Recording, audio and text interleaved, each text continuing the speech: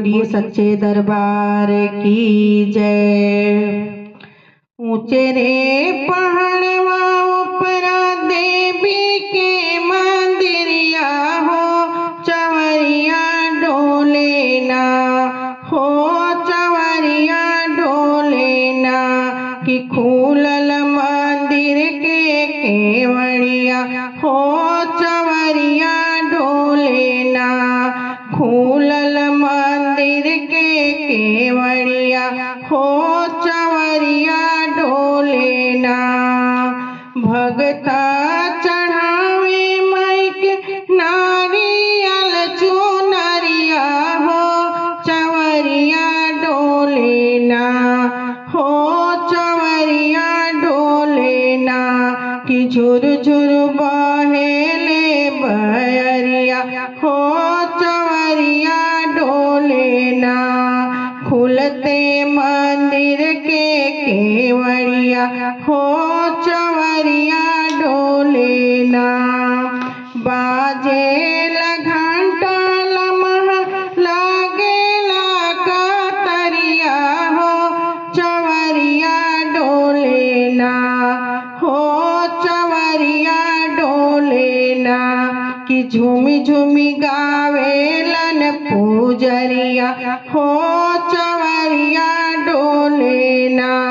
झूमी झूमी गावेलन पूजरिया हो, चवरिया डोले ना। अंधा पवेला अखिया लांगड़ा पायरिया हो, चवरिया डोले ना हो, चवरिया डोले ना। भरली बाझिन के आचरिया हो, चवरिया डोले ना। भरली बाझिन के आचरिया हो, चवरिया डोले ना। झुर झुर बहेला बयरिया हो, चवरिया डोले ना।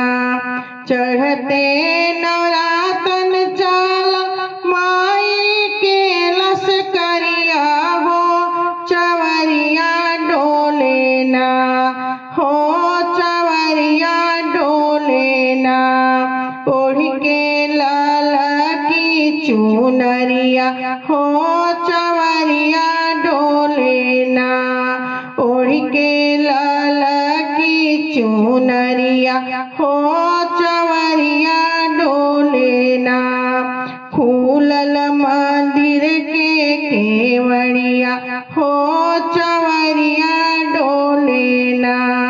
भगता पुजारी माई के कैले हाथ जोड़िया हो, चवरिया डोले ना हो, चवरिया डोले ना। फेरी दया के नजरिया हो, चवरिया डोले ना। फेरी दया के नजरिया हो, चवरिया डोले ना। ऊंचे रे पहाड़वा ऊपर देवी के मंदिरिया हो, चवरिया डोले ना हो, चवरिया डोले ना कि खुलते मंदिर के केवड़िया हो, चवरिया डोले ना। खुलते मंदिर के केवड़िया हो,